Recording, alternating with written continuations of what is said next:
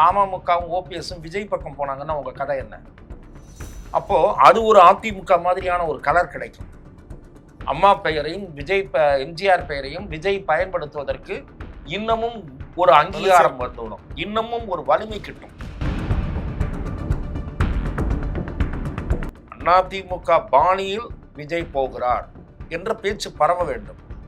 பரவினால் அதிமுகவினுடைய ஆதரவு மனநிலை கொண்ட வாக்காளர்கள், அதிமுக ஆதரவு மனநிலை கொண்ட வாக்காளர்கள் விஜய் பக்கம் பார்வையை செலுத்துவார்கள்.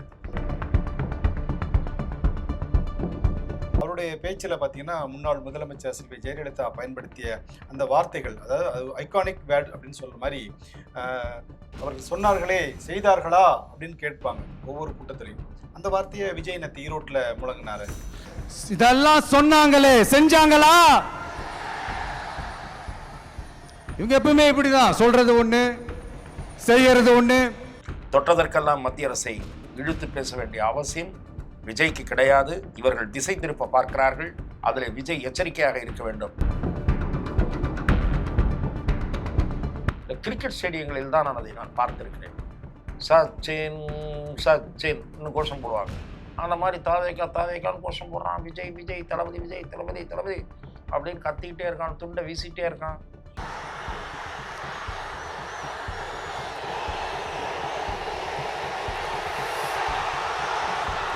நாம் தமிழர் கட்சியினுடைய ஒருங்கிணைப்பாளர் திரு சீமான் அவர்கள் அவருடைய தனித்து நிற்கக்கூடிய துணிச்சலை நான் பாராட்டுகிறேன். ஆனால் அவரோடு இருக்கக்கூடிய இளைஞர்கள் சட்டமன்றத்திற்கு போக வேண்டும். அவர்களெல்லாம் திறமையாக பேசுகிற சிலரை நான் இனம் கண்டிருக்கிறேன், விவாதங்களில் பார்க்கிறேன். இவர்களெல்லாம் மக்கள் பிரச்சனைகளை அழுத்தமாகவும் ஆணித்தரமாகவும் பேசக்கூடியவர்களாக இருப்பவர்கள். அவர்களெல்லாம் சட்டமன்றத்திற்கு அனுப்புவதற்கு கூட்டணியில் சேருவதுதான் நல்லது என்பது நண்பர் சீமானுக்கு என்னுடைய யோசனை. நான் எந்த கட்சியினுடைய பெயரையும் சொல்லாமலே கூட சொல்லுகிறேன். வணிக அரசியல், வணிக பேர அரசியல் நடத்துவதற்கென்றே சில கட்சிகள் இயங்கிக் கொண்டிருக்கின்றன. தேர்தலின் மூலம் சில பல கோடிகளை திரட்ட வேண்டும் என்பதுதான் இந்த கட்சிகள், இந்த தலைவர்களின் நோக்கமாக இருக்கு. தாவேக்காவுக்கும் ஆளும் திமுக அரசுக்கும் தான் போட்டி. மற்றவர்கள் எல்லாம், அதாவது களத்தில் இல்லாதவர் கூட எங்களுக்கு எந்த விதமான அவங்கள பற்றி நாங்கள் கண்டுக்க போகிறது இல்லை அப்படிங்கிற மாதிரி ஒரு நரேட்டிவ் செட் பண்ணி போயிட்டு இருக்காரு. இப்போ ஆளும் திமுகவை எதிர்க்கக்கூடிய வல்லமை தாவேக்காவுக்கு இருக்கா? திராவிட முன்னேற்ற கழகம் அதிகார பலம் மட்டுமல்ல, அசுர பலம் மட்டுமல்ல, கூட்டணி பலம் மட்டுமல்ல, மிகப்பெரிய பண பலத்தையும் நம்பி இருக்கிறது வருகிற தேர்தலில். அதாவது பாஜகவில் இல்லாத பாஜக ஆதரவு வாக்காளர்களில் மிக பெரும்பாலானோர் அண்ணாமலையினுடைய விசிறிகள். அண்ணாமலையினுடைய செயல்பாடுகள் காரணமாக பாஜகவுக்கு வாக்களிக்க வேண்டும் என்ற முடிவுக்கு வந்தவர்கள். அந்த முடிவை அவர்கள் செயல்படுத்துவதற்கு அண்ணாமலைக்கு உரிய பொறுப்பு, உரிய கௌரவம், உரிய அங்கீகாரம் பாரதிய ஜனதா கட்சியின் மேலிடத்தால் வழங்கப்பட வேண்டும்.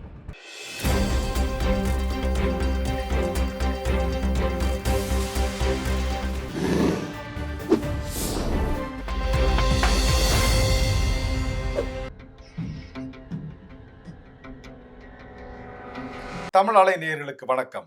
இன்றைய சந்திப்பில் நம்மோடு இணைந்திருப்பவர் மூத்த பத்திரிகையாளர் துக்ளக் திரு ரமேஷ் அவர்கள். வணக்கம் சார். வணக்கம். அதிமுகவில் விருப்ப மனு எல்லாம் கொடுக்க ஆரம்பிச்சிட்டாங்க.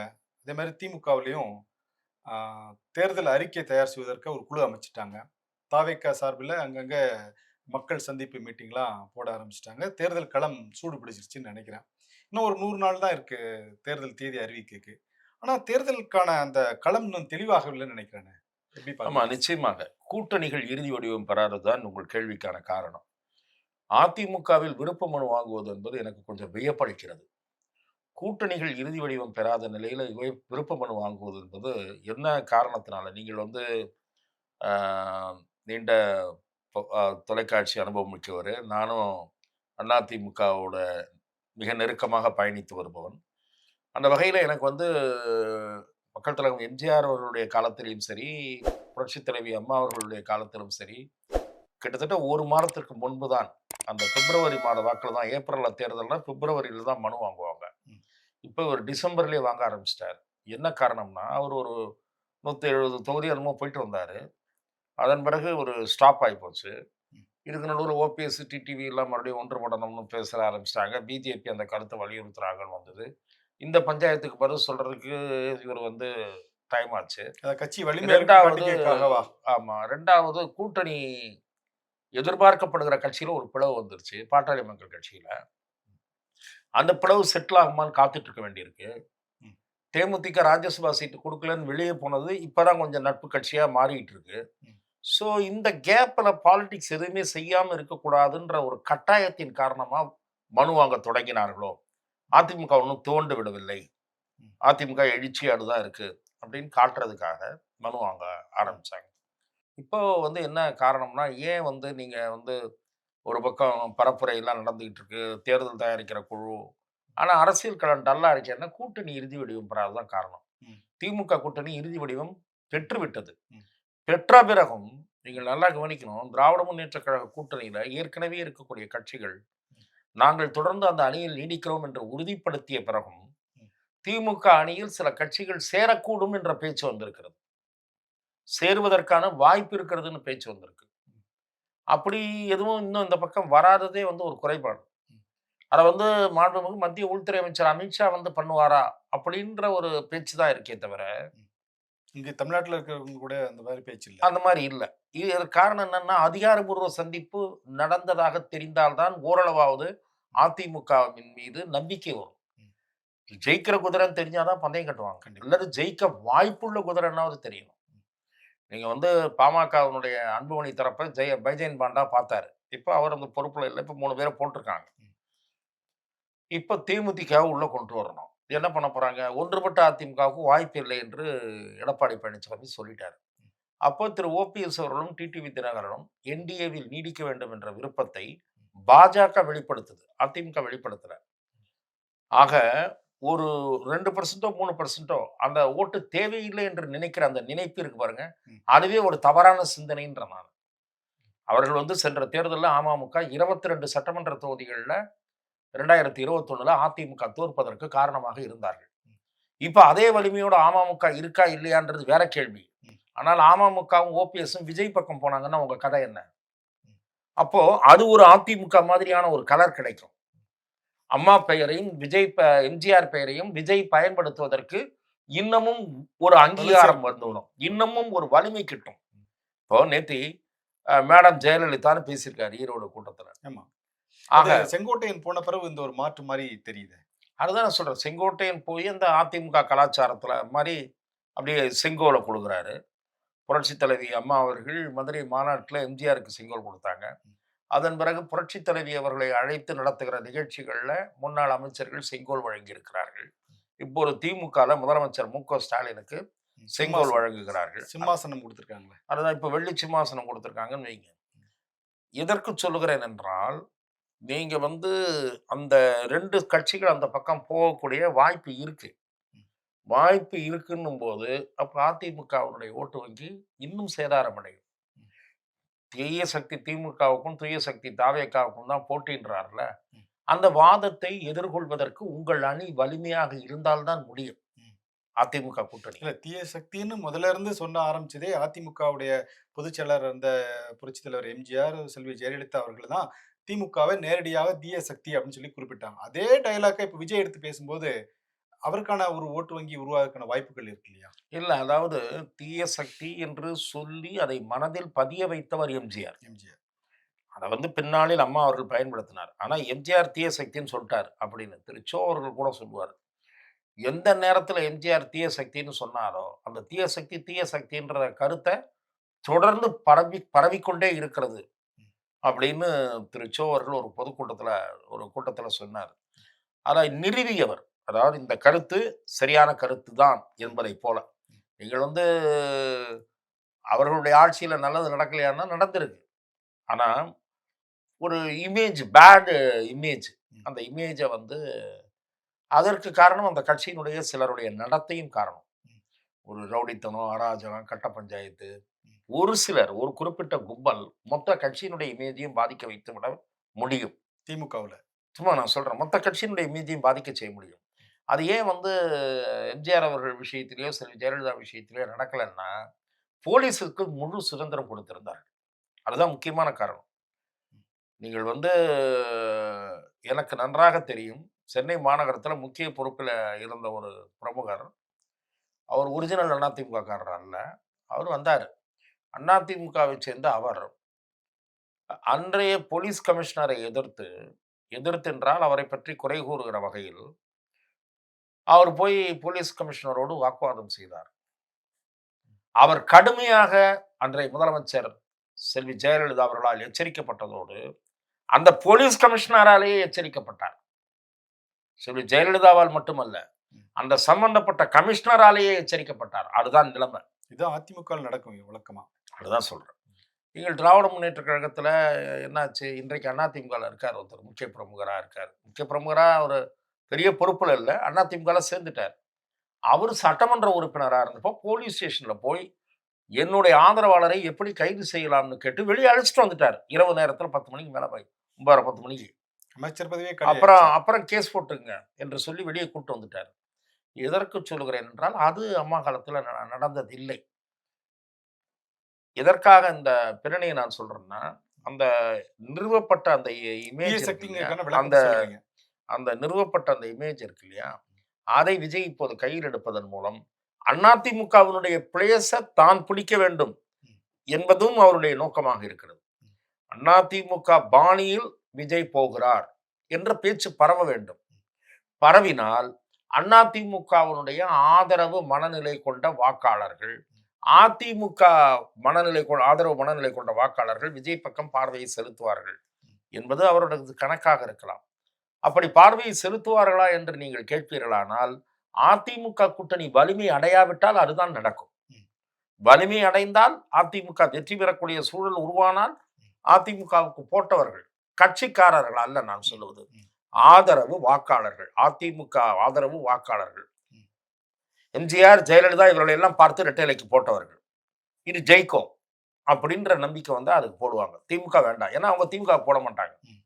அப்படி ஜெயிக்கக்கூடிய நம்பிக்கையை அந்த அணி ஊட்டவில்லை என்றால், அவர்களுடைய அடுத்த சாய்ஸ், இமீடியட் சாய்ஸ் விஜயாகத்தான் இருக்கும்.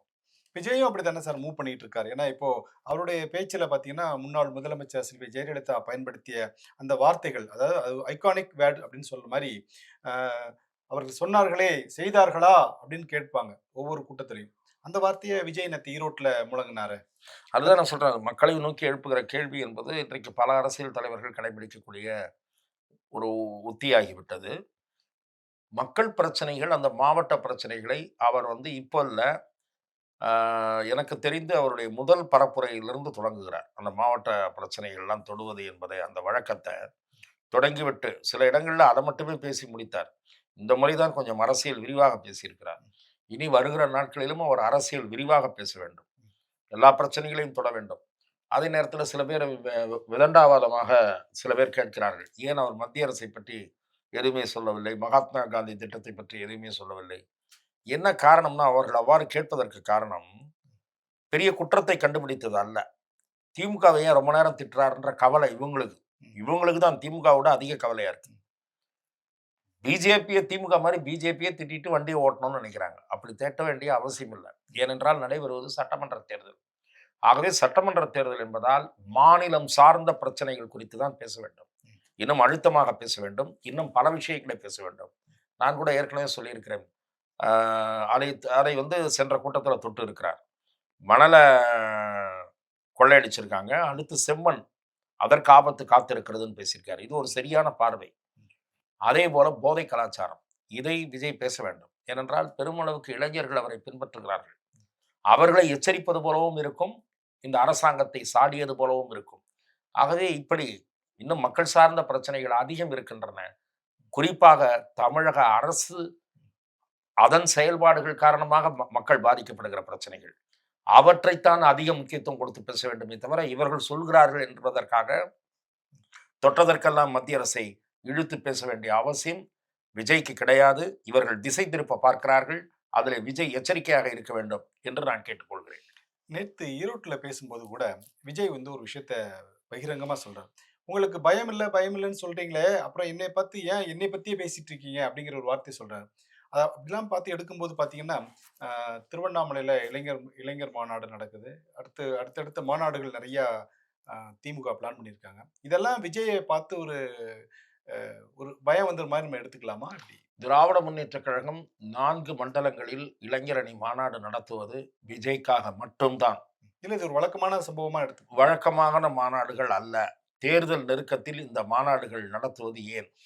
என்ன காரணம் என்று சொன்னால், பெருவாரியான ஊடகத்துறையைச் சேர்ந்த நண்பர்கள், அதாவது ஊடக விவாதங்களில் பங்கேற்பவர்களில் பெருவாரியானவர்கள், விஜய் ஒன்றுமில்லை என்று சொல்ல முற்பட்டாலும் கூட, அவர்களுடைய கூற்று பொய் என்பதை டிவியினுடைய நேரலை காட்டிவிடுகிறது. இப்போது திமுகவுக்கு யார் மீதாவது பெரிய கோபம் இருக்கும் என்றால், இந்த நேரலை ஒளிபரப்பு மீது தான் இருக்கும்.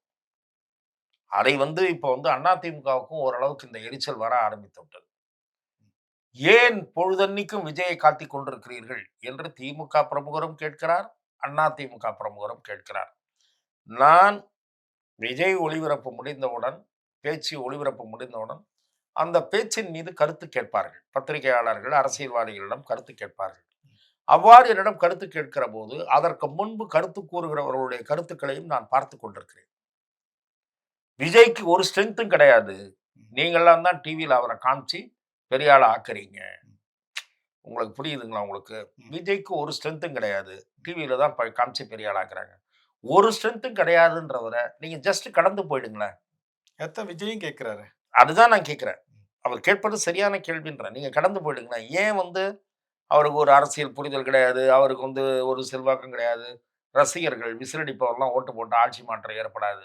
இன்னும் வெவ்வேறு விதமா உங்க கருத்துக்கள் வந்துகிட்டே இருக்கே. நான் கேட்கிறேன். பஞ்ச் டயலாக் பேசி வந்துட முடியாது. அதுதான் விஜய் அதுவும் சொன்னார். ஒரு முதலமைச்சர் பேசுனது என்ன பஞ்ச் சிலப்பதிகாரத்துல இருந்தா பேசினார். சிலப்பதிகாரத்துல இருந்தா பேசினாருன்னு சொன்னார். இப்ப நம்ம சப்ஜெக்ட் வர்றதா இருந்தா, இளைஞரணி மாநாடு மிக நிச்சயமாக விஜய் பக்கம்தான் பெருவாரியான இளைஞர்களும் இளம் பெண்களும் இருக்கிறார்கள் என்பதை தொலைக்காட்சி மூலம் அவருடைய கூட்டங்களில் நேரலை ஒளிபரப்பு நடக்கிற போது மக்கள் பார்க்கிறார்கள். மக்கள் பார்க்கிற போது பூரா யங்ஸ்டர்ஸ் விசில் அடித்துக் கொண்டிருக்கிறார்கள், கைத்தட்டுகிறார், விஜய் விஜய் என்று கைத்தட்டுகிறார்கள், கோஷம் போடுகிறார்கள், தாவேகா தாவேகா. இந்த கிரிக்கெட் ஸ்டேடியங்களில் தான் நான் பார்த்திருக்கிறேன். சச்சின் சச்சின் கோஷம் போடுவாங்க. அந்த மாதிரி தாவேகா தாவேகான்னு கோஷம் போடுறான். விஜய் விஜய் தளபதி விஜய் தளபதி தளபதி அப்படின்னு கத்திக்கிட்டே இருக்கான், துண்டை வீசிட்டே இருக்கான். ஆகவே இது அவர்களை ஒரு கவலை அடைய செய்திருக்கிறது. இது திடீரென்று வருகிற இந்த கூட்டம் இருக்கு பாருங்க, இது வெவ்வேறு கட்சிகளில் இருந்து பீத்து கொண்டு வருகிற கூட்டம் தான். ஏற்கனவே ஓட்டு போட்டிருக்கணும், போடாமலாம் இருந்திருக்க மாட்டாங்க. அதுல 22, 23 வயசானவங்க போன தேர்தலில் போட்டிருப்பாங்க. யாருக்கு போட்டாங்கன்னு தெரியல, பிச்சுக்கிட்டு வராங்க இப்போ விஜய் பக்கம். ஆகவே இவர்கள் போட்டிக்கு நானும் இளைஞரணி கூட்டம் நடத்துகிறேன். இவங்க நடத்துகிற இளைஞரணியெல்லாம் நான் பார்த்தேன். அதில் பாதி பேருக்கு மேலே, கால்வாசி பேர் இல்லை, பாதி பேர் கிட்டத்தட்ட நல்லா தொப்பை இவ்வளோ தூரம் தள்ளிட்டு இருக்கு. 35-40 வயசு இருக்கும். அந்த இளைஞரணி தான். இதுல வேற குற்றச்சாட்டுறீங்களா? இளைஞர்களை கிண்டல் பண்ற மாதிரி இல்லை, கிண்டல் பண்ணல சார். இவருக்கு வர்ற கூட்டம் அதுதான் நான் சொல்ல வந்த வித்தியாசம். நான் கிண்டல் பண்ணல. 18லிருந்து 23, 25, அதிகபட்ச 25 விஜய். 25லிருந்து 35, 40 தான் நீங்க கூட்டுற இளைஞரணி. 25 கூட கிடையாது. 28லிருந்து 28, 30லிருந்து 40, 30 to 40 திமுக இளைஞரணி. அவங்களும் இளைஞர் தானே, நடுத்தர வயதினர். சரி, ஏதோ இளைஞர்கள்னே கூட வச்சுங்க. இது கூட்டப்படுகிற கூட்டம். யூனிஃபார்ம் எல்லாம் வாங்கி கொடுத்து பெரிய பணம் செலவு பண்ணி, என்னடா என்ன பண்ணாங்க, என்ன கொள்கையடா சுமந்துட்டு போறாங்க அப்படின்னு பார்த்தா, அந்த மந்திரிகள்லாம் புகழ்ந்தாங்களே இளம் பெரியார்னு. இந்த பெரியாருடைய ஈவேராவுடைய கருத்துக்களை கேட்டு விழிப்புற்று போய் நாடு முழுக்க அந்த விழிப்புற்று பரப்புறாங்க அந்த கருத்துக்களை அப்படின்னு நானும் நினச்சிட்டு பார்த்தா ஒரு வீடியோ வருது எனக்கு. என்ன வீடியோன்னா, நல்லா ரவுண்டாக கட்டி உட்காந்துட்டு சீட்டாடுறாங்க. இதுதான் அந்த இளைஞரணி கூட்டம். உட்காந்து காசு வச்சு சீட்டாடுறாங்க. இப்படிப்பட்ட கூத்து தான் அந்த இளைஞரணி மாநாடு. இதில் 4 மண்டலங்களில் நடத்த போகிறாங்களாம். எல்லாம் பணத்தோட வந்துருவாங்க சீட்டாடுறதுக்குன்னு வச்சு. அது எங்கேயோ நடந்த வீடியோ கூட இருக்கலாம்ல சார்? நீங்க எப்படி இல்லை கூட்டத்தில் இல்லை இல்லை அங்கே தான் நடந்திருக்கிறது என்று நண்பர்கள் சொல்கிறாங்க. 2வது, நிறைய பேர் பாதியில் வெளியே போயிட்டாங்க, குதிச்சு வெளியே போயிட்டாங்க. அதையும் நீங்கள் பார்த்துருப்பீங்க, பாலிமர் டிவியில் காமிச்சாங்க. பாதி பேர் குதிச்சு வெளியே போகிறாங்க. சார், நீங்கள் கூட்டணி கொடுத்து பேசியிருந்தீங்க. அதுல எனக்கு ஒரு சந்தேகம். என்னன்னா, இப்போ இருக்கக்கூடிய நிலைமையில திமுக மட்டும் தான் ஸ்ட்ராங்கான ஒரு கூட்டணி வச்சிருக்கிறாங்க. இப்போ அதிமுகவும், பாஜகவும் சேர்ந்து ஒரு தேசிய ஜனநாயக கூட்டணி. இவங்க 2 பேர் தான் அந்த கூட்டணியில இருக்கிறாங்க. அப்புறமேட்டு தாவேகாவோட இதுவரைக்கும் யாரும் கூட்டணி குறித்து பேசின மாரி எனக்கு தெரியல. நாம் தமிழர் கட்சி சீமான் கூட இப்ப தனிச்சு தான் நின்னு போட்டியிட்டுட்டு இருக்கிறாரு. இந்த தேர்தல் களம் 2026 எப்படி இருக்கும் சார்? இந்த இந்த நிலைமையிலே நாம் போனா தமிழர் கட்சியினுடைய ஒருங்கிணைப்பாளர் திரு சீமான் அவர்கள் அவருடைய தனித்து நிற்கக்கூடிய துணிச்சலை நான் பாராட்டுகிறேன். ஆனால் அவரோடு இருக்கக்கூடிய இளைஞர்கள் சட்டமன்றத்திற்கு போக வேண்டும். அவர்கள் எல்லாம் திறமையாக பேசுகிற சிலரை நான் இனம் கண்டிருக்கிறேன். விவாதங்களில் பார்க்கிறேன். இவர்கள் எல்லாம் மக்கள் பிரச்சனைகளை அழுத்தமாகவும் ஆணித்தரமாகவும் பேசக்கூடியவர்களாக இருப்பவர்கள். அவர்களையெல்லாம் சட்டமன்றத்திற்கு அனுப்புவதற்கு கூட்டணியில் சேருவதுதான் நல்லது என்பது நண்பர் சீமானுக்கு என்னுடைய யோசனை. அவர் அதை ஏற்றுக்கொள்வார் என்று எனக்கு தோன்றவில்லை. ஆனால் இப்படி தனித்தே செயல்பட்டுக் கொண்டிருந்தால் ஒரு கட்டத்தில் கட்சி கரைந்துவிடும். நான் பார்த்துக் கொள்கிறேன். எனக்கு இன்னும் 20 ஆண்டு கால அரசியல் இருக்கிறது என்று சொல்வதற்கு நீங்க சொல்றது அவருடைய நம்பிக்கையை சிதைக்கிற மாரி இல்ல சார். ஏன்னா அவர் ஒரு கான்ஃபிடென்ட்டோட தனியா நின்னு ஜெயிக்க நீங்கள் முடியுமா? ஒரு தேர்தலில் தோற்கலாம், 2 தேர்தல்களில் தோற்கலாம். வரிசையாக தோற்றுக்கொண்டே இருந்தால் அவநம்பிக்கையைத்தான் நீங்கள் விதைக்கிறீர்களே தவிர நம்பிக்கையை நீங்கள் விதைப்பதாக பொருள் அல்ல. எவ்வளவு காலம் நீங்கள் தனித்து இயங்க முடியும்? நான் 5% இருந்தது 8% கொண்டு வந்திருக்கிறீர்கள். இந்த முறை விஜய் உங்கள் வாக்கு வங்கியை சேதாரம் ஏற்படுத்தினாமல் அதை 8, 10ஆக நகர்ந்தால் உங்கள் நம்பிக்கையை பாராட்டலாம். ஆனால் உங்கள் பின்னால் இருக்கிற தகுதியான நல்ல பேச்சாளர்கள், மக்கள் கருத்தை ஆழமாக புரிந்து கொண்டவர்கள், அவர்கள் சட்டமன்றத்திற்குள் நுழைகிற வாய்ப்பை ஏன் கெடுத்துக் கொள்கிறீர்கள் என்று நான் கேட்கிறேன். நீங்கள் நிபந்தனைகளுடன் ஆதரவு தரலாமே. நான் அங்கம் பெறுகிற ஆட்சியில் இதெல்லாம் செய்ய வேண்டும் என்று கேட்டுவிட்டு நீங்கள் ஒரு கூட்டணியில் இணையலாமே. அது அதிமுகவும் இருக்கலாம், தாவேகாவாகவும் இருக்கலாம். அதுல என்ன உங்களுக்கு கௌரவ பிரச்சனை அல்லது ஈகோ என்று நான் கேட்கிறேன். திரு சீமான் தவறான முடிவைத்தான் எடுக்கிறார், தனியாக போட்டியிடுவது என்பது. அது ஒரு பக்கம். பாமக, தேமுதிக போன்ற கட்சிகள், நான் சொல்லுவதற்கு மன்னிக்க வேண்டும், பேர அரசியலில் ஈடுபடுகின்றன என்றால் விரும்பத்தகாத பேரங்களையும் உள்ளடக்கிய அரசியலை ஈடுபடுகின்றன.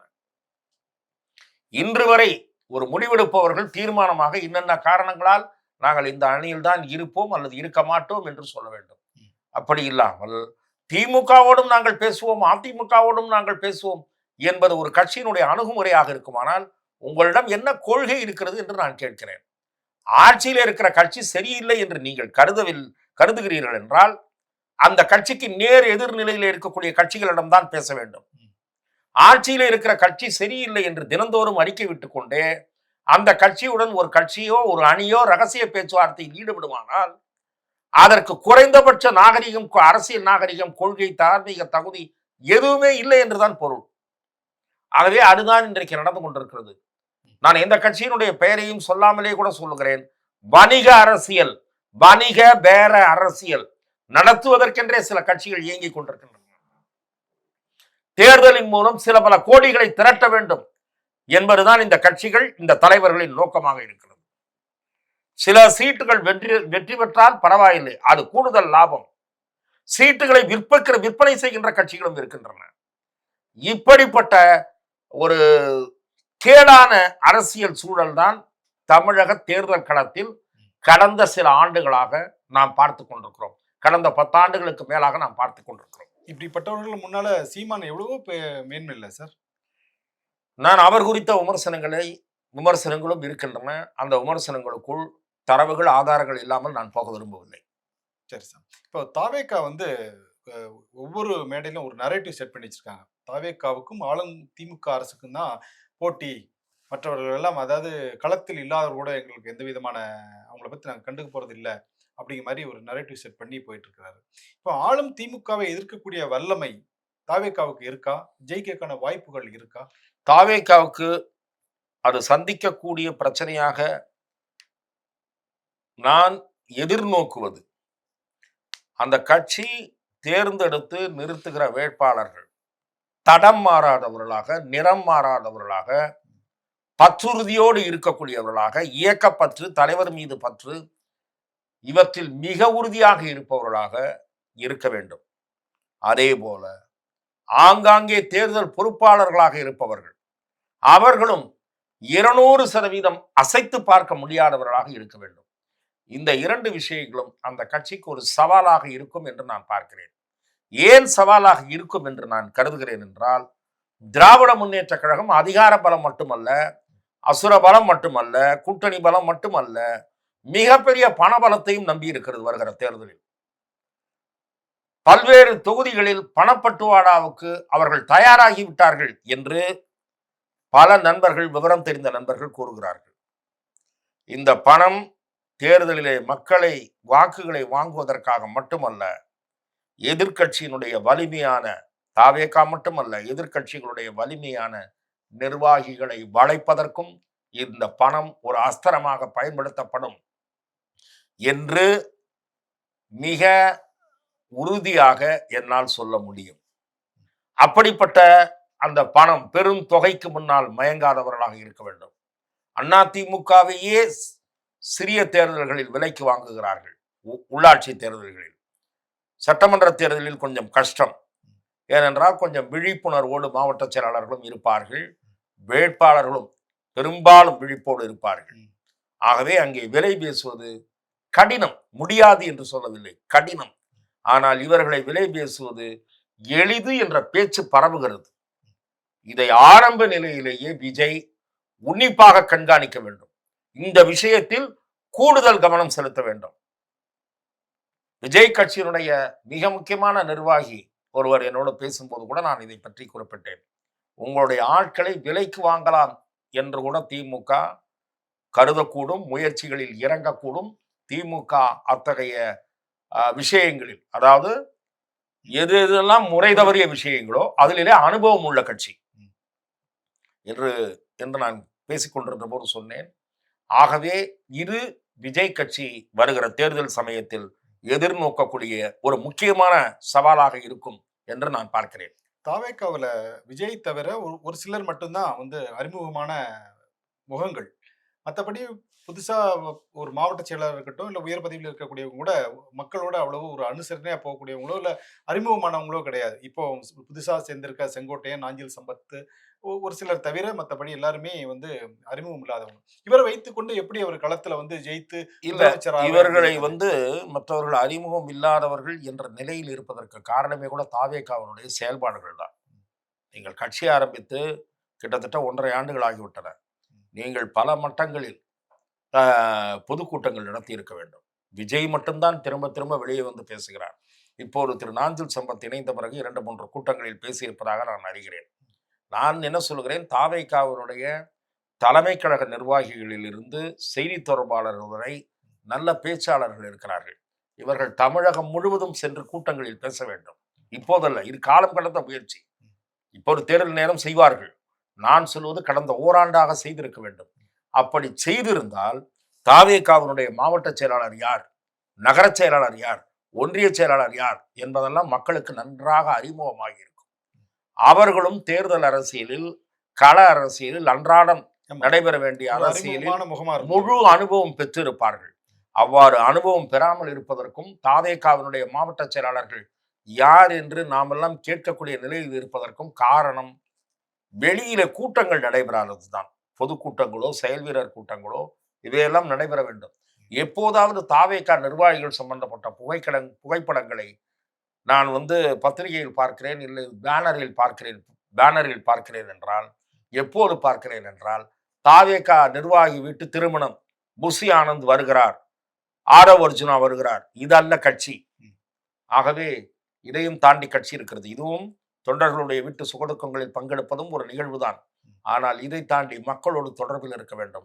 அதை தாவேகா வீரியத்துடன் இன்னும் தீவிரமாக அந்த களப்பணியில் இருக்க வேண்டும் என்பது என்னுடைய யோசனை. அதான் சார், சட்டமன்ற ஒரு உறுப்பினரா, சட்டமன்ற வேட்பாளராக அறிவிக்கக்கூடிய ஒரு ஆளை அவருடைய வார்டு தவிர மற்ற இடத்துல தெரியாத அளவுக்கு இருந்தால் அவர் எப்படி வாக்குகளை பெற முடியும்? விஜய் மட்டும் பிரதானப்படுத்தி வாக்கு வாங்கிட முடியுமா? அதுதான் விஜய் அவர்கள் அந்த நம்பிக்கையில் தான் விஜய் அவருக்கும் தெரிஞ்சிருக்கு இது ஒரு பலவீனமான அம்சம். அந்த நம்பிக்கையில தான் விஜய் என்ன சொன்னார் ஒரு மீட்டிங்ல, மதுரை கிழக்கு நான் விஜய், மதுரை மேற்கு விஜய் என்றார். அந்த முகத்தை தான் கொண்டு போவார்கள். விஜயே நான் நிற்கிறேன் என்று தான் சொல்லுவார். இன்னும் சொல்ல போனால் எல்லா தொகுதிகளிலும் அவர் பிரச்சாரம் செய்யக்கூடிய சூழலே உருவாகாமல் போகலாம். நாட்கள் ரொம்ப கம்மியா இருக்கு. அதனால ஒரு இடத்தில் கொண்டு போய் 10 வேட்பாளர்களை நிறுத்தி மேடையிலே அம்மா அவர்கள் ஒரு சமயத்தில் அறிமுகப்படுத்தின மாதிரி அந்த மாதிரி செய்யலாம். ஒரு மாவட்டத்தில் ஒரு இடம், அந்த கூட்டம், அந்த மாவட்டத்திற்கு உட்பட்ட தொகுதிகளுடைய வேட்பாளர்கள் இவர்களை அறிவிக்க வேண்டும். அவர்கள் கீழே சென்று அவர்கள் அறிமுகம் பெற வேண்டும். இது விஜய்க்கு ஒரு சவாலான பணி. Okay sir. சார், பாஜகவிலிருந்து மாநில தலைவர் பதவியிலிருந்து எடுக்கப்பட்ட அண்ணாமலை வந்து இப்போ சமீபமா ரொம்ப ஆக்டிவா இருக்கிறாரு. அதாவது திமுகவை எதிர்ப்பு நிலை எடுத்து அஹ், அஹ், போராட்டங்கள் நடத்துறதா இருக்கட்டும், அப்புறமேட்டு சமூக வலைத்தளங்கள் ஆக்டிவா இருக்கிறதா இருக்கட்டும், அவர் வந்து இப்ப சிறப்பா செஞ்சுட்டு இருக்காரு. பட் அவருக்கு இன்னும் ஒரு நிலையான ஒரு பதவி எதுவும் கிடைக்கலையா? அவருடைய தொண்டர்களுக்கு இது வந்து ஒரு பெரும் பின்னடைவா இருக்காதா? அவருடைய தொண்டர்கள் என்று குறிப்பிடுவதை நான் ஏற்க மாட்டேன். பாரதிய ஜனதா கட்சியினுடைய தொண்டர்கள். அதே அவருக்குன்னு தவிர ஒரு டீம் இருக்கு. அதுதான் நான் சொல்றேன். கட்சி சாராத, அதாவது பாஜகவில் இல்லாத பாஜக ஆதரவு வாக்காளர்களில் மிக பெரும்பாலானோர் அண்ணாமலையினுடைய விசிறிகள். அண்ணாமலையினுடைய செயல்பாடுகள் காரணமாக பாஜகவுக்கு வாக்களிக்க வேண்டும் என்ற முடிவுக்கு வந்தவர்கள். அந்த முடிவை அவர்கள் செயல்படுத்துவதற்கு அண்ணாமலைக்கு உரிய பொறுப்பு, உரிய கௌரவம், உரிய அங்கீகாரம் பாரதிய ஜனதா கட்சியின் மேலிடத்தால் வழங்கப்பட வேண்டும். அப்படி வழங்கப்பட்டால்தான் அந்த பிரிவினர் பாஜகவுக்கு உற்சாகமாக ஜெயிக்க வேண்டும் என்று விரும்புவார்கள், ஓட்டு போடுவார்கள் அந்த அணிக்கு. இல்லாவிட்டால் அவர்களில் சிலர் ஒதுங்கிக் கொள்வார்கள், எதற்கு ஓட்டு போட வேண்டும் என்று நம்பிக்கை இழப்பார்கள். ஆகவே பாரதிய ஜனதா கட்சியினுடைய தலைமையும் இதை உணர்ந்திருக்கிறது என்று நான் நம்புகிறேன். பாரதிய ஜனதா கட்சி அகில இந்திய தலைவர் பதவி மாற்றம் செய்ய வேண்டிய நிலையில் இருக்கிறது. செய்யாமல் தாமதமாகி கொண்டே போகிறது. ஜே.பி. நட்டா அவர்களுக்கு பதிலாக ஒருவர் வர வேண்டும். அதிலே தாமதம் ஏற்பட்டு இப்போது தேசிய செயல் தலைவராக புதிதாக ஒரு மாநிலத்தைச் சேர்ந்த ஒரு அமைச்சரை, இளைஞரை நியமித்திருக்கிறார்கள். தேசிய தலைவர் நியமனம் நடைபெறப் போகிறதா அல்லது அதற்கு முன்பாக தேசிய செயலாளர்கள் நியமிக்கப்பட போகிறார்களா என்று தெரியவில்லை. அண்ணாமலை அவர்களுக்கு பாரதிய ஜனதா கட்சியின் தேசிய அளவில் ஒரு முக்கிய பொறுப்பு தரப்படலாம் என்கிற பேச்சு பலமாக எழுந்திருக்கிறது. அப்படி தந்தால் தமிழகத்தில் அண்ணாமலை அவர்களை எப்போது பயன்படுத்திக் கொள்ளப் போகிறார் என்கிற கேள்வியும் எழும். அண்ணாமலை அவர்களுடைய பங்களிப்பு என்பது தமிழக பாஜக வளர்ச்சிக்கு மிக முக்கியமானது என்பது என்னுடைய பார்வை. அண்ணாமலை கூட ஒரு தனியா ஒரு அமைப்பு ஆரம்பிக்க போறாரு, கட்சி ஆரம்பிக்க போறாருன்னு சொல்லி ஒரு பேச்சுவார்த்தைகள் இருந்துச்சு, பேச்சு சமூக வலைத்தளங்கள் இருந்துச்சு. ஆனா அவர் என்ன சொல்றாரு, நான் வந்து மோடிக்கு விசுவாசி. அவர் ஒரு நாய் போன்றவர் கூட ஒரு உதாரணத்தை சொன்னார். இல்ல, அவர் என்ன சொன்னாரு, விசுவாசத்தோட இருக்கக்கூடிய அல்ல தேவையில்லாமல் தாவேகாவை சேர்ந்த திரு அருண்ராஜ் அவர்கள் தேவையில்லாமல் அண்ணாமலை அவர்களை விமர்சித்தார். அவருக்கு அந்த அவசியமே கிடையாது. அண்ணாமலை அமைதியாக இருந்திருந்தால் அவர் இருக்கக்கூடிய பொறுப்பில் இருந்திருப்பார் என்று சொல்ல போய் அவர் பதிலுக்கு அருண்ராஜ் அவர்களுக்கு சூடு கொடுப்பது போல பதில் கொடுத்தார். இது கொஞ்சம் அந்த நாய் வந்து வளைக்க முடியாதுங்கன்னா இது இப்படிதான் இருக்கும், தன்மானத்தை விட்டுட்டுலாம் நான் வரமாட்டேங்கன்னா, பதவிக்காக ஒரு நடிகர்கிட்ட போக மாட்டேங்கன்னா, அப்படி இப்படின்னு இவரை தான் சொல்றாரு. நீங்க ஐஆர்எஸ் இருந்து ரிட்டையர் ஆகி போனீங்க, நான் அப்படி இல்லை, நான் மோடியை பார்த்து வந்தவன், எனக்கு பதவியெல்லாம் துச்சமா நினைக்கிறவன் அப்படின்றத அவர் சொன்னார். ஆனா என் குணத்தை மாத்திக்க முடியாது, நான் இப்படிதான் இருப்பேன். அதை அவர் வெவ்வேறு தருணங்களில் உணர்த்தி இருக்கிறார். நான் அவரோடு மிக நெருக்கமாக பழகியவன் என்ற முறையில் எனக்கு அவருடைய சுபாவம் பெருமளவுக்கு தெரியும். அவர் வந்து தன்னுடைய நிலையை இறக்கி கொண்டு ஒரு பொசிஷனுக்கு வர வேண்டும் என்று கருதக்கூடியவர் அல்ல. அவர் எடுத்த நிலைப்பாட்டில் உறுதியாக இருக்கக்கூடியவர். ஆகவே அந்த உறுதியான செயல்பாடு, அந்த உறுதியான தன்மை பிரதமரையும் கவர்ந்திருக்கிறது. அவர் பிரதமருடைய அன்புக்கு பாத்திரமானவர் என்பது எனக்கு தெரியும். அவர் தமிழக பாரதிய ஜனதாவுக்கு இல்லாவிட்டாலும் தேசிய பாஜக அவரை தேசிய அளவில் பயன்படுத்தி கொள்ள வேண்டும் என்று கூட கருதலாம். ஆகவே அண்ணாமலை அவர்களுக்கு என்ன பொறுப்பளிக்க போகிறார்கள் என்பதை பலரும் அறிவதற்கு காத்திருக்கிறார். தன்னுடைய விசுவாசத்தை அனுமன் நெஞ்சை பொழுது காட்டின மாதிரி கூட அண்ணாமலை வந்து காட்டியிருக்கிறாரு. இருந்த போதும் கூட அவருக்கு வந்து ஒரு ஒரு சரியான பதவி இல்லைங்கிறது வந்து அவரோட மட்டும் இல்லாம அவரை நம்பி இருக்கக்கூடியவங்களுக்கும் ஒரு பெரிய இல்லை. முதலில் நீங்கள் ஒரு விஷயத்தை புரிந்து கொள்ள வேண்டும். அண்ணாமலை அவர்கள் நீக்கப்பட்டார் என்று சொல்வதே தவறு. பலருக்கும் தெரியும். மாற்றப்பட்டார். இல்ல, மாற்றப்பட்டார் என்றதே கூட. அவர் அதிமுகவோடு பாரதிய ஜனதா கூட்டணியில் தொடரப்போகிறது என்றால் என்னை விடுவித்து விடுங்கள். அவர் சொன்னவர் ஒரு ஐடியா கொடுக்குறாங்க சார். பார்ட்டியில் பிரசன்டேஷன் பண்றாங்க. முதலாவது அவரது பதவிக்காலம் முடியுது, நீட்டிப்பு கொடுத்திருக்கணும், நீட்டிப்பு கொடுக்கல.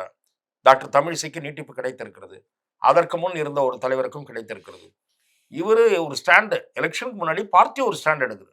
பார்ட்டி ஒரு ஸ்டாண்ட் எடுப்பதற்கு அதற்கு ஏதாவது சில காரணங்கள் இருக்கும். திமுகவை வீட்டுக்கு அனுப்பணும், வலிமையான கூட்டணி அமைக்கணும். பாஜக தலைமையில கூட்டணி அமைந்தால் அந்த கூட்டணிக்கு போதுமான பலம் இருக்குமா இல்லையா, இது பற்றிலாம் கட்சிக்குள்ள வாதிக்கிறாங்க. விவாதிக்கப்படாமல் எந்த முடிவும் எடுக்கப்படுவதில்லை. கோர் கமிட்டி இருக்கு, அதுக்கு மேல சென்ட்ரல் கமிட்டி இருக்கு. ஆகவே அண்ணாமலை என்ன சொல்றாரு, give me some chance to establish the party in the state. இப்போ கிராஸ் ரூட் வரைக்கும் போயிருக்கு, 18% வந்திருக்கு, வளர்த்திருக்கோம் அப்படின்றாங்க. பாராளுமன்ற தேர்தலில் ப்ரூவன் ரிசல்ட் இல்லை. உங்களுக்கு 18% ஓட்டு வந்திருக்கு, 19% ஓட்டு வந்திருக்கு, 19% ஓட்டு வந்திருக்கு, சீட்டை கன்வெர்ட் ஆகலை. ஸோ அப்போ என்ன பண்ணுறாங்க, கூட்டணி போகுதுன்ற மாதிரி ஒரு முடிவு எடுக்கிறாங்க. அப்போ Annamalai doesn't want to continue. ஆகவே அதை அவர் ஒரு பார்ட்டிக்கு சொல்றார். பார்ட்டியை ஏற்றுக்கொள்ளலாம், ஏற்றுக்கொள்ளாமலும் இருக்கலாம். ஏற்றுக்கொண்டு விட்டது, அவ்வளவுதான் விஷயம். So but they also agree the service of Annamalai. அவர் இந்த கட்சிக்கு எவ்வளவு உழைத்திருக்கிறார், என்ன பங்களிப்பை செலுத்தி இருக்கிறார் என்பது உணரப்பட்டிருக்கிறது. அதன் காரணமாக தான் 3 மாநிலங்களில் எஸ்ஐஆர் பணி, வாக்காளர் பட்டியல் தீவிர சீர்திருத்த பணியில அவர் பொறுப்பில் ஒப்படைத்தார்கள். அதே போல தமிழகம் சம்பந்தமாக டெல்லியிலிருந்து வருகிற எந்த தலைவராக இருந்தாலும் பக்கத்தில் மாநில தலைவரை போல இவரையும் இந்த பக்கத்தில் உட்கார வைத்துக் கொண்டிருக்கிறார். அவருக்கு உரிய முக்கியத்துவம் அளிக்கப்பட்டு வருகிறது. என்ன பதவி, என்ன அங்கீகாரம், நாம் விரைவில் தெரிந்து கொள்ளக்கூடிய வாய்ப்பு உருவாகலாம். ஓகே சார், இறுதியா ஒரு கேள்வி சார். திருவண்ணாமலையில் நடந்த இளைஞர் மாநாட்டு விழாவில் சனாதனத்தை ஒழிப்போம், கொசு டெங்கு போல ஒழிப்போம்னு சொன்ன உதயநிதிக்கு வந்து இளம் பெரியார் பட்டம் கொடுக்கப்பட்டிருக்கு. அதை எப்படி பாக்குறீங்க சார்? நான் ஈவேரா அவர்களுடைய பல கருத்துக்களோடு, பெரும்பாலான கருத்துக்களோடு முரண்பட்டவன். நான் சாதி மறுப்பு, பெண் உரிமை அதெல்லாம் நான் ஓரளவு பெருமளவுக்கு ஏற்றுக்கொள்ளக்கூடியவர். நான் மனிதர்களுக்கிடையே ஏற்றத்தாழ்வுகள் இருக்கக்கூடாது என்பதில் ரொம்ப அழுத்தமான பார்வை உண்டு. ஆனால் ஈவேரா நிறைய போகிற போக்கில் அவர் பேசின பல விஷயங்களை திமுகவாலேயே முழுங்க முடியாது, திமுகவாலேயே முழுங்க முடியாத விஷயங்களை அவர் பேசியிருக்காரு. நிறைய முன்னுக்கு பின் முரணா பேசியிருக்காரு, நிறைய ஏற்றுக்கொள்ள முடியாததை பேசியிருக்காரு. தமிழ் இலக்கியங்கள் குப்பை, தமிழ் புலவர்கள் பொய்யர்கள், அயோக்கியர்கள், தமிழ் காட்டு மிராட்டி மொழி, இங்கிலீஷில் படிக்கணும் வீட்டு பிள்ளைங்கள்லாம், இப்படி நிறைய பேசியிருக்காரு. கம்யூனிஸ்டுகளை மோசமாக விமர்சிச்சிருக்காரு, காங்கிரஸை மோசமாக விமர்சிச்சிருக்காரு. ஆக அவருடைய கருத்தெல்லாம் வரிசையாக தொகுத்து நாங்கள் 4 வாரம் துக்ளக்கில் போட்டோம். அதையெல்லாம் நான் எடுத்து படித்தால் அந்தந்த சம்பந்தப்பட்ட தரப்பினர் அதையெல்லாம் ஏற்றுக்கொள்கிறார்களா என்று கேட்டார். அவர்களாம் என்ன சொல்லுவாங்க தெரியுமா, இதெல்லாம் விட்டுருங்க, அதை பாருங்க, இதை பாருங்கன்னுவாங்க. ஏன்னா அவர்களாலேயே ஏற்றுக்கொள்ள முடியாத நிறைய விஷயங்களை ஈவேரா பேசியிருக்கார். அது ஒரு பக்கம். இரண்டாவது, இது பெரியார் பூமின்னு சொல்றாங்க பாருங்க, அதை மாதிரி ஒரு பிதற்றல் கிடையவே கிடையாது. இது பெரியார் பூமியும் கிடையாது, ஒரு புடலங்காயும் கிடையாது. இது ஆழ்வார்கள் பூமி, நாயன்மார்கள் பூமி. ஆழ்வார்களும் நாயன்மார்களும் தமிழையும் சமயத்தையும் வளர்த்த மண் இந்த மண். ஈவேராவுடைய நாத்திகவாத கொள்கை படுதோல்வி அடைந்த மண் தமிழகம். தமிழகத்திலே கோயில்கள் தழைத்தோங்கி இருக்கின்றன, ஏராளமாக இருக்கின்றன. வரலாறு நிறைய இருக்கிறது, சைவ வரலாறு, வைணவ வரலாறு, தமிழ் புலவர்கள், அதே போல சமய அறிஞர்கள், இவர்களெல்லாம் ஈவேராவை விட அதிக புகழ் பெற்றவர்கள். ஈவேரா பேசிய சாதி ஒழிப்பு, ஏற்றத்தாழ்வின்மையே 1000 ஆண்டுகளுக்கு முன்பு பேசியவர் ராமானுஜர். ஆகவே ஈவேரா நிறைய பேசினா நிறைய பேசிட்டே போகலாம். ஆகவே அவரை இளம் பெரியார்னு சொல்றாங்கன்னா, அவர்கள் ஏதாவது கிண்டல் பண்ணி சொன்னாங்களா, எதுக்காக சொன்னாங்க, அவரை டேமேஜ் பண்றதுக்கு சொன்னாங்களா என்றது எனக்கு தெரியல. ஓகே சார், நன்றி, வணக்கம் சார். வாய்ப்புக்கு நன்றி.